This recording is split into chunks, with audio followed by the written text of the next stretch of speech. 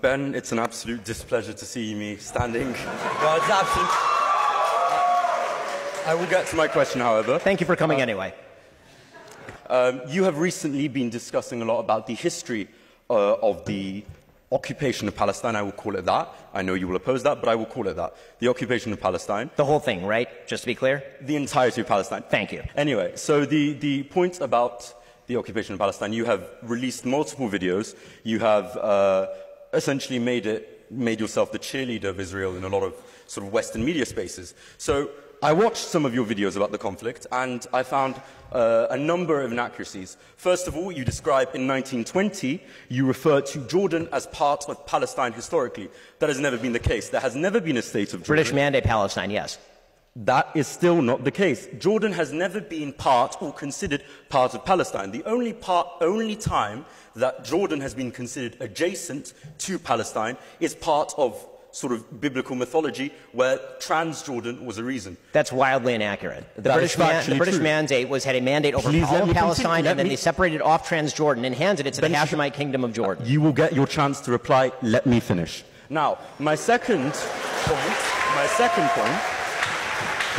point that you have phrased constantly and consistently, and it's quite a popular Zionist talking point, is the fact that the Arabs have rejected peace every time it was offered to them. Now, I would like, of course, there's been multiple times where peace has been offered, so let's discuss some of them. The Peel Commission. The Peel Commission entailed expelling multiple Arab families and multiple Arab communities, largely agrarian, from the land in order to create a Jewish state under a colonial authority. Now, I understand, of course, you are a Zionist, so you believe that's desirable. But for the Palestinian farmers, I can imagine they would not have enjoyed that. Number two, you mention that that after 1948, the Arabs had the chance to negotiate and make peace with Israel. Apart from the fact that in 1956, Israel invaded the Sinai in Egypt, unprovoked, purely due to the fact that President Nasser nationalized the Suez Canal. Then you claim that the 1967 war was a war of extermination. But if you will read any trusted and respected historian over the 1967 war, and perhaps you may even decide to read some of the books of Moshe Dayan about the actual conflict, where he describes that Israel actually provoked the conflict and there was no chance of the extermination of Israel.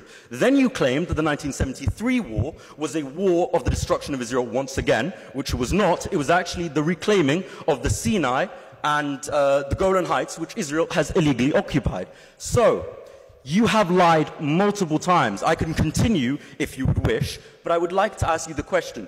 When you lie, do you feel shame? Okay, so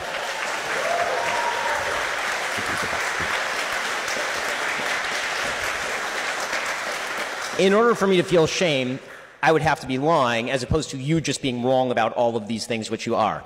So let me start from the very beginning of what you said. Let's try to go through the calendar. British Mandate Palestine was ruled by the British. They carved off Transjordan in 1920, and Transjordan was made into Transjordan with the Hashemite Kingdom, which, by the way, is not domestic to the actual Arab Jordans. If you're talking about a colonial outpost, Jordan would be it, since the Hashemite Kingdom has nothing to do with the actual Palestinian Arabs who are living in Transjordan. Talking about the Peel Commission. If the idea is that there would have to be a separation of populations in order to effectuate a two-state solution, which you deny, then I was right. Of course there was a deal on the table. The Jews accepted it. The Arabs rejected it. So you did not actually undermine my case. In his diary, there should be no deal in the first place. In his diary states... Hold on. I listened to your whole bullshit history for like 5 minutes here. So at least let me respond to it. Your entire claim is that the Arabs did not reject peace, and then in your own disquisition, you admitted that the Arabs rejected the Peel Commission plan, which was a separation between the Jews and the Arabs, which gave an extraordinary amount of land to the Arabs. The Arabs then rejected the peace partition plan proposed by the United Nations in 1947.